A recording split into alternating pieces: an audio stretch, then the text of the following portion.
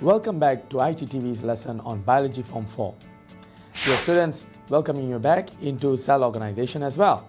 Now in the previous lesson, you have just learned about unicellular microorganisms and how they live and what kind of specialization they have. However, today what we're going to take a look is into multicellular organisms. So multicellular organisms examples are us, for example, right? So it will be more interesting now because the level of complexity between the organelles, between the cell specialization is going to increase. Now it's going to get more interesting today.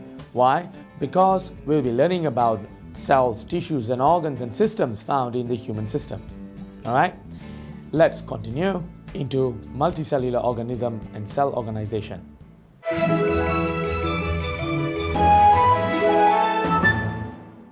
Dear students, multicellular organisms consist of more than one cell. That we already know. Therefore, multicellular organisms are more complex in nature compared to unicellular ones that we have already seen prior to this.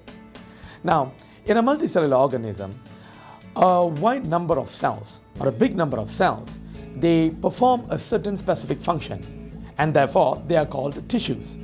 Now, tissues can get together to carry out certain specific functions as well, and they will eventually form for us organs. And when there are different organs that carry out a certain specific function for the human body or for any other body, an organism, then we call them a system.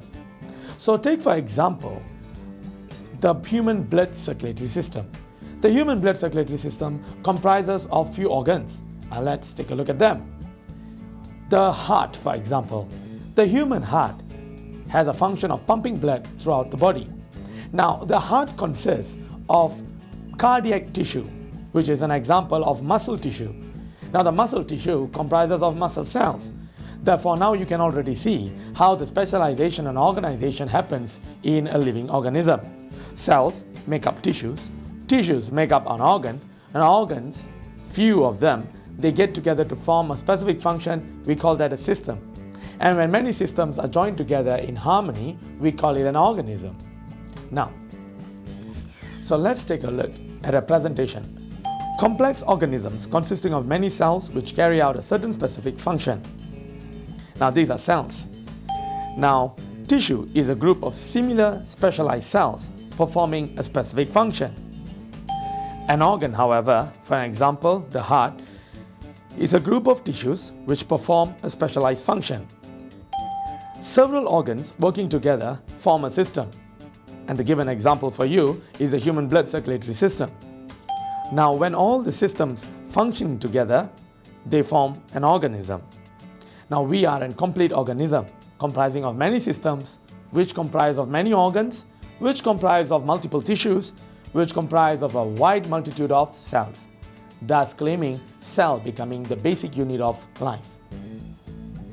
Now, dear students, if you can see, before you have a flowchart which shows cell specialization. Cells form tissue, tissues form organ, organs form systems, which eventually forms an organism. Now we're going to take a deeper look into each of these tissues. Now, cells organization in animals is what we're going to take a look first. And in that, we can find tissues. Tissues are groups of specialized cells with different structures that are suited to their function. In animal, tissues are classified into four main categories. Now before you have the four main categories of tissues. Now make sure you memorize them. We have epithelial tissues, muscle tissue, connective tissue, and nerve tissue. Now, each one of these tissues have their specific function. So before we venture into finding the details or the definition or the specific categories of each tissue, let me give a brief explanation on what these tissues are. Now students, have you heard the word epithelium before this? Now probably you have. Now the words epithelium, epidermis, or epithelial, they all refer to the same thing. We can summarize them as the cells found in skin. So ask yourself now students, where can I find skin? Right? Let me point out to you regions where I can find skin. Can I find skin here? Yes, I think I can find skin here. Where else can I find skin? Here. Yep, you're right, this is also skin. And the skin can be found all over the human body, right? Now, where else can I find skin? Now, say for example, I pick my finger and I put it into my mouth. Let's see if I can find skin inside my mouth. There is skin, right? It's a smooth layer. Now let's say I go deeper into my esophagus. It's quite uncomfortable. And if I look around or search around with my finger, I can see that there is skin there also. Let's go deeper into my stomach walls. There is also skin there, right? Now that means throughout my alimentary canal on the inside, I can also find epithelium cells. And even on the outside, I can also find epithelium cells. So don't constrict your mind to think that epithelium can only be found on the outer surface. It can also be found on the inside. Where? In your digestive tract. For example, the alimentary canal all the way from your mouth right up to the rectum. Okay? Now, muscle tissues on the other hand are comprised of three different types of muscle tissues. We have got the basic smooth muscle, then we have got cardiac muscle, and we have skeletal muscle. Very good. Now let's see. Smooth muscle can be found in our arteries and veins. And remember still, back in our PMR days, what does the esophagus do? Come on. What does the esophagus do? Yes, carry out peristaltic movement. Remember to push the food bolus down? Good. Now, how can it carry out peristaltic movement? It has to contract and it's got to relax. It's got to contract and it's got to relax, right? Now, therefore, to contract and relax, we will need muscle. But the type of muscle found in your alimentary canal is known as smooth muscles. Now, the same type of muscle can also be found in your arteries and veins. Still remember back when you were in Form 3, we took a cross section of the artery and we found that there was a lumen. Yes, the hole is called the lumen. And around the lumen, we can find a muscular wall. Yes, that muscle is also made of smooth muscle. Now, take your attention to another word, cardiac. The word cardiac in medical terms refers to the heart. So, for example, let's say if somebody says the person has got a cardiac infection, a person has cardiac failure. What does it refer to? Yes, heart infection or heart failure. The word cardiac refers to the heart. So, cardiac muscles are found in the heart. Very good. Finally, there's a third kind known as skeletal muscle. Now, the word skeletal comes from the term skeleton, right? So, for example, we have the human skeleton, right? What does it do? Support your body. But can the skeleton move by itself? No, it can't. Because without muscles, the skeleton will just be dangling around. Correct? Now, in order for me to make voluntary movement, I will need skeletal muscles. Now, the muscles that are attached to the bones are known as skeletal muscles. And what do? They bring about movement to my body as they contract and as they relax. As they contract and as they relax. I can make movements in my hands, I can make movements in my feet, which allow me to walk across. Correct? Good. Now, the third kind of tissue that you see is the connective tissue. In connective tissues, there are many types of them. We call them, example, as tendons, ligaments, cartilage, bones, blood, and the lymph.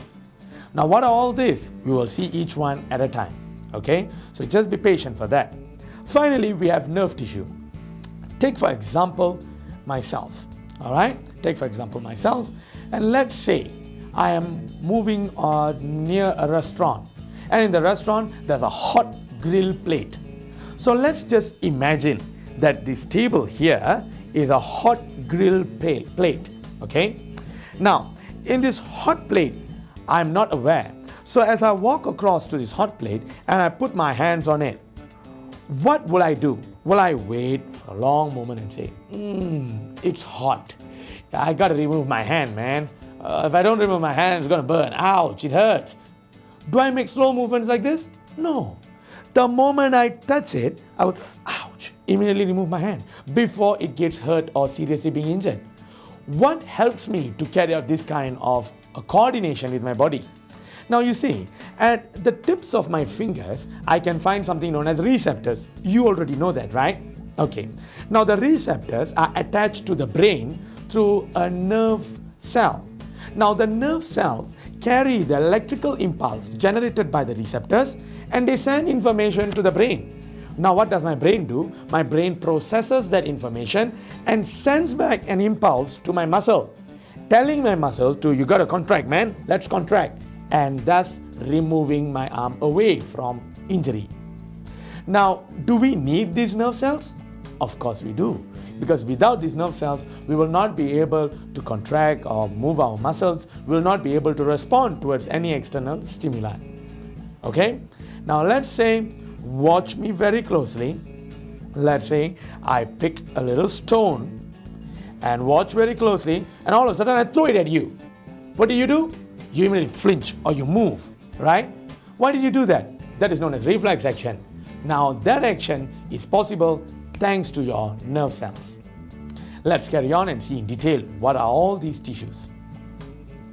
The first one that we want to look at is our epithelial tissue.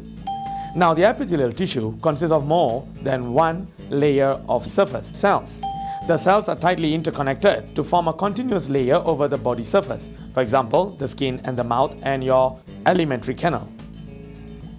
They are also found in the inner cavities such as the digestive tract and lungs. Some epithelial tissue undergo changes to form glands. For example, exocrine and endocrine glands. The structure of the epithelial tissue is adapted to its function. For instance, the tissue on the skin forms a protective barrier against infection, injuries and dehydration. The tissue on the lining of the small intestine forms mucus-secreting goblet cells which secrete mucus into the digestive tract. Then there are the epithelial tissues lining the alveoli and the walls of the blood capillary which allow the exchange of respiratory gases to occur. The epithelial tissue found on the lining of the trachea consists of fine, elongated, hair-like projections called cilia, which secrete mucus and trap dust and particles and sweep the impurities away from the lung. Now shown to you below are examples of few of the types of epithelial tissue. Let's see each one. Just observe them. Okay. Now, dear students, as you have already seen, I've given you the key points or factors involving all epithelial tissue. Now, in order to make it more simplified, alright, let's take a look at the board. So dear students, take a look. We have 4 basic structures of epithelial cells. Now, remember, I can use any words I wish. I can say epithelial cells, I can say epithelium, I can say the epidermis. More or less, it all refers to the same thing. But let's say we are talking about cells, we usually like to use the word epithelial cell. Sometimes in books, you will find this word epithelia. It is the same thing, epithelia or epithelial cells. Now, let's take our attention to the first type. Now, as you can see, this is a basic type of a cube cell. It's a very basic style. Now, this kind of cell you will find mostly in your skin. Now, we will see at the end of these lessons, alright, at the end of the chapter, you will see that the skin looks typically something like this, but with a lot of other specialization inside it. Now, basically, the skin is a simple cell. It's a simple cell with a nuclei, and that's about it. Okay? Now, we are not referring to the outer layer of the skin. Now, the extreme outer layer of the skin comprises of dead cells. Dead cells. Why on earth are there dead cells as the skin? Now, because let's say, for example, I am a bacteria. Alright? I'm a bacteria. Good. Now, say, for example, I wish to infect. I wish to enter into a cell and destroy the cell and take all the resources, plunder the resources, and I want to grow and reproduce. Now, what kind of a cell will I choose? Will I choose a live cell or will I choose a dead cell?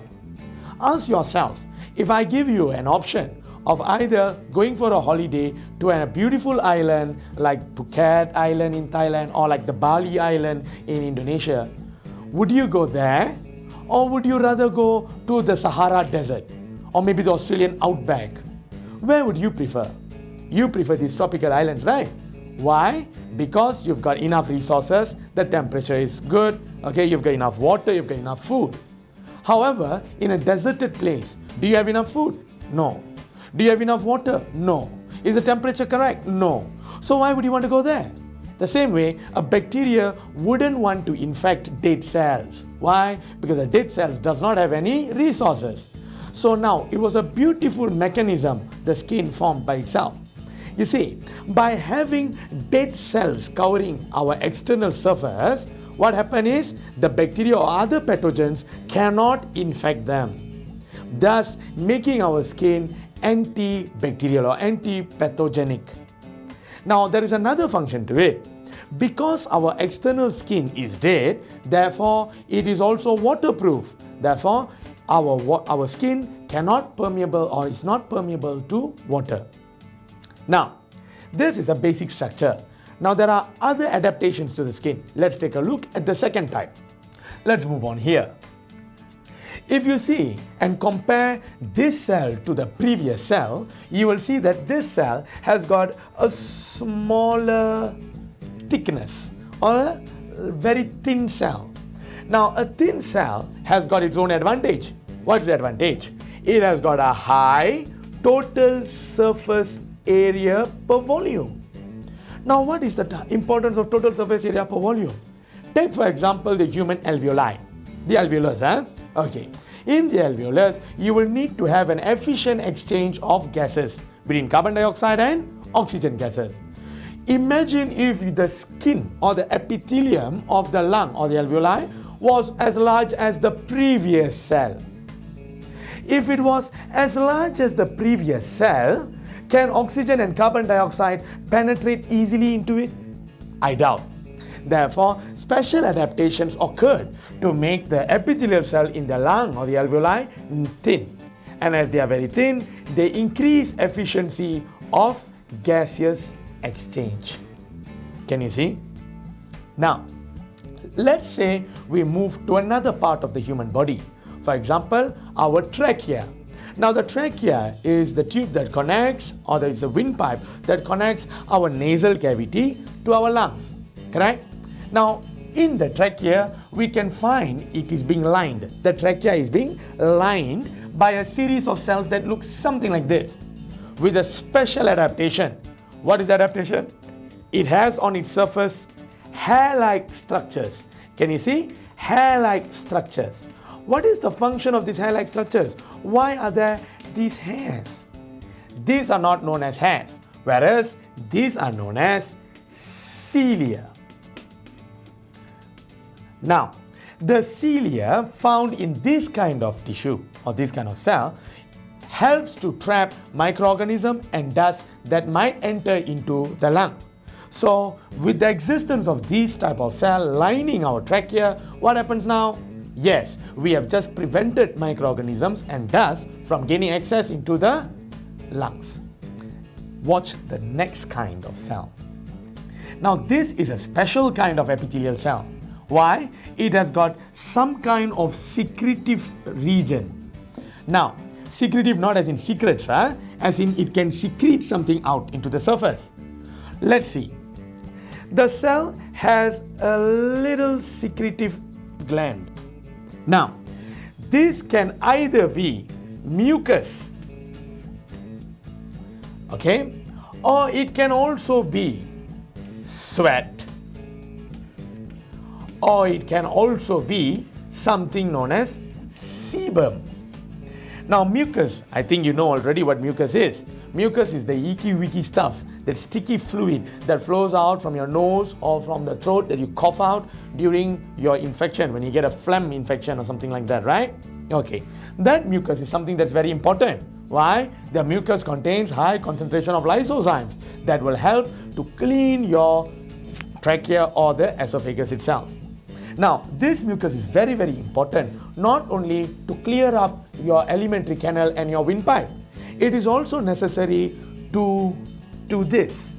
Now, let's say in two organs, for example, the human stomach and the small intestines. Now, if you take a look into these two regions, you will find these kinds of cells will be found. Now, the name of the cell that you can find here that has the same structure is known as goblet cells. Now, students, you can remember these words from the Harry Potter movie, Goblet of Fire, right? Yes. Goblet cells secrete mucus. Goblet cells secrete mucus into the stomach walls or the small intestinal walls. Why do we need this mucus? Because the stomach produces hydrochloric acid. Without this mucus layer covering the stomach, the hydrochloric acid will corrode the walls of the stomach and the small intestine. Therefore, this mucus from the goblet cell provides a protective barrier. Awesome, isn't it? Now, this is the summary of your epithelial cells. Let's move to the next kind of tissue. Now, as you can see, connective tissues consist of various types of cells and fibers separated by an extracellular matrix. It has many functions and is widely distributed. Now, there are two types of connective tissues, okay? There is the loose connective tissue, which is the most widespread connective tissue, and it binds the epithelia to underlying tissues and hold the organs in place. Then there is a dense fibrous collective tissue, contains a large number of fibrous strands called collagen that are packed closely together. This type of tissue can be found in tendons and ligaments. Well, other examples of connective tissue are cartilage, bones, blood, lymph, and adipose tissue. Now let's take a look at each one separately. Okay? Now, most of you would have already heard the words tendons, ligaments, cartilage, blood, lymph, okay? But you might still not be clear about the function of each and one of them. So as we go into the next segment, I want to show you on what are they, what are the characteristics, okay, the characteristics, and number two, the function. So always remember, the things that can be tested in your exam are the characteristics and the function. Only the two for this part of connective tissues. Alright, pay attention, let's carry on. Now the first one you can see here is tendons. Now can you see the tendons, what they do? Alright, guess for me, what do they do? Yes, the tendons connect the calf muscles to the heel, right? Therefore, we can say, in a summary, all tendons connect muscles to the bones. Okay? For example, we came back to the arm just now. Alright? I told you the contraction and relaxation of the bone, of the muscle, allows the bone to move. Correct? So in that same way, the muscle has to be connected to the bone. If not, what will happen? There won't be any movement.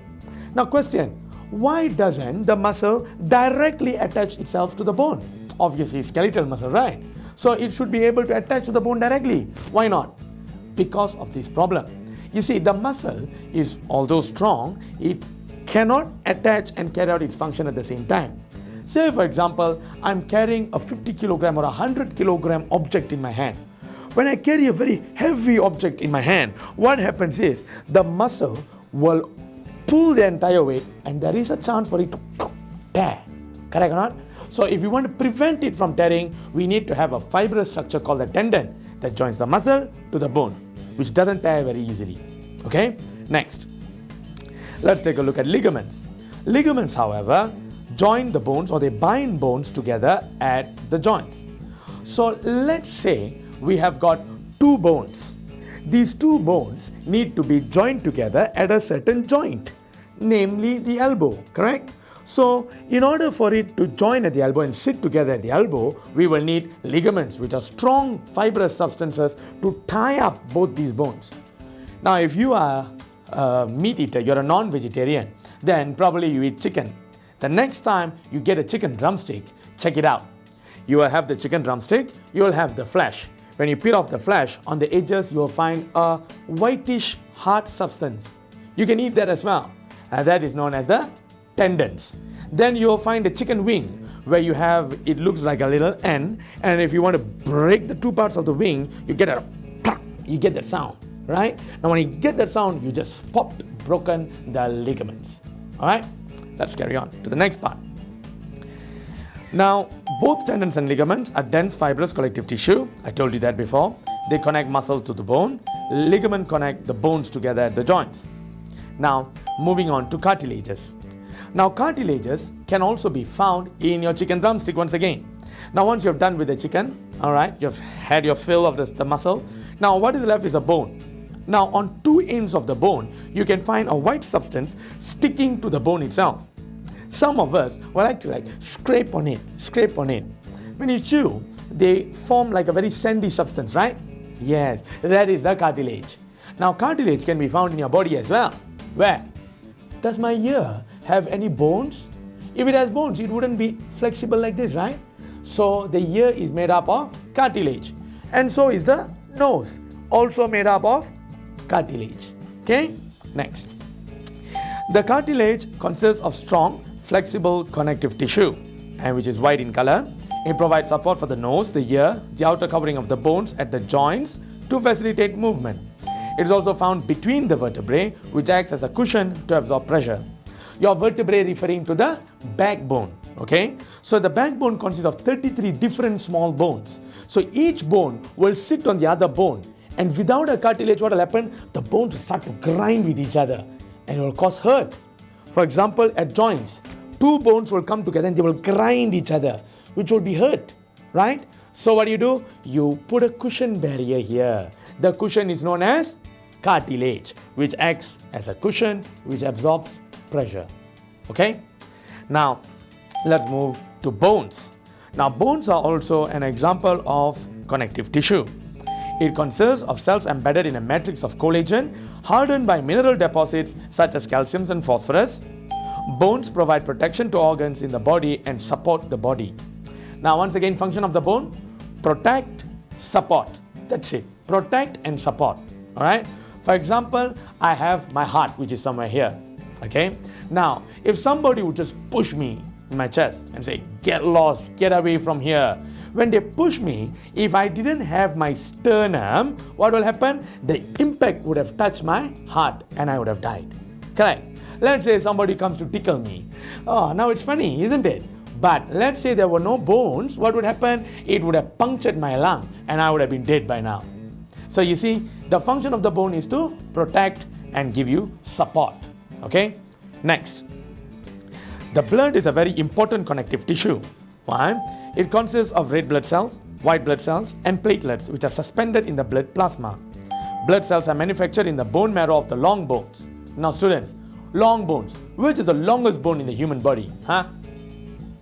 Most of you got it wrong. Remember when I told you the vertebra or the backbone consists of 33 different small bones. Therefore, it's not one long piece. Okay? So the longest bone in the body is the femur bone or the thigh bones. Okay? Now, the thigh bone is a very important part of production of blood cells. All blood cells come from the long bone. Go back to your chicken drumstick. Once you're done with eating it, just bite the bone. Crack open the bone, and you can see there are soft tissue inside that, right? What do you call that? Bone marrow. Yes, that is where blood cells are being made. Alright, now let's continue. Blood cells are manufactured in the bone marrow, you know that. It helps in the transport of respiratory gases, nutrients, waste products, and assists in fighting infections and disease, and aids in blood clotting. So red blood cell transport gases, white blood cell fights off infection, and platelets play a role in blood clotting mechanism. Students, the last of the connective tissues, let's take a look at the adipose tissues. Adipose tissues consist of cells which are packed tightly together to store fats, found in the dermis of the skin and around major organs. These adipose tissues store energy and insulates and protects the body. Imagine having a fried chicken. Okay? When you peel off the skin of the fried chicken, on the inside you can find those soft gooey stuff. Now you scrape all the stuff from the inside, you will see it will be pale yellow in color and it will be squishy and mushy, right? Now let's say we played with it. We all like to play with our food, right? Now once we've played with it, let's drop it off. Now you see your entire hand is now oily. That was a fat deposit. Now the next time your mom buys chicken, check out that same fat deposit very carefully and slowly. You can see that the fat is actually covered in a tissue. And if you cut open the tissue and you squeeze it, you'll see the oil pouring out from the fat layer. That tissue that encapsulates that fat is known as the adipose tissue. Okay? It's very important. Why? Adipose tissue is found under the skin. It stores fat, which acts as a heat insulator, and it also stores vitamins A, D, E, and K because they are fat soluble. Cool. Next. Let's move on to nerve tissues. Now, nerve tissue, as you can see, this is the structure. All you need to know now is the structure. Pay attention to the cell body, which has a nucleus, and a long axon which breaks up the axon terminal. It is composed of nerve cells or neurons. Each neuron in the nerve tissue consists of a cell body, dendrites, and axons. Neurons are specialized cells that detect stimuli and transmit signal called nerve impulses. So, With this, we have finished the entire review of all the tissues. Now let's see if we got all of it in our head. Let's go to our self-assessment. Very good.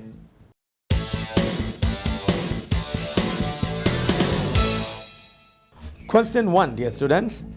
Which organ is found in the circulatory system of all mammals? You've got A, lungs, B, kidneys, C, heart, and D, stomach. It's a very straightforward question. The answer is heart. Question 2. The diagram below shows the levels of cell organization in a multicellular organism. Cells X, Y, Z, and eventually becomes an organism. Based on the information above, which of the following is an example of Y? X is a tissue, Y is an organ, and Z is a system. So let's pick an organ.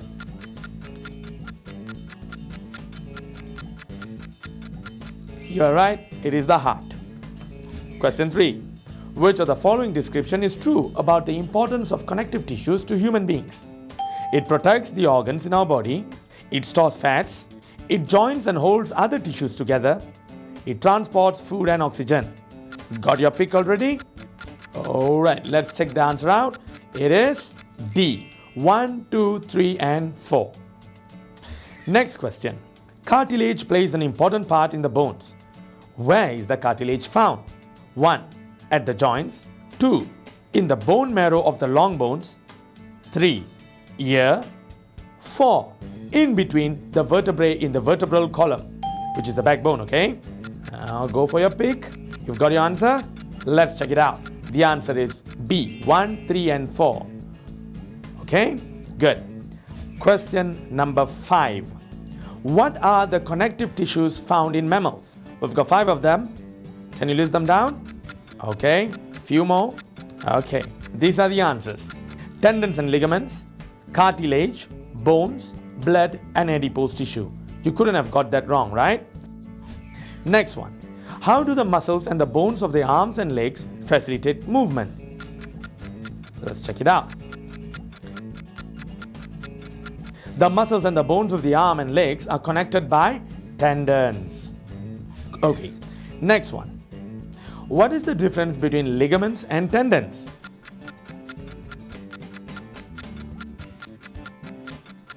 Ligament joins the bones at the joints, whereas tendon connects the muscles to the bone. Let's go to the last question. In the esophagus and the small intestines, what muscle is found and what is its function? Okay, I think you know this already, right? Let's check it out. Smooth muscles are found and they are produce peristaltic movements to push the food along its tract. So students, I believe you must have got most of the answers correct, right?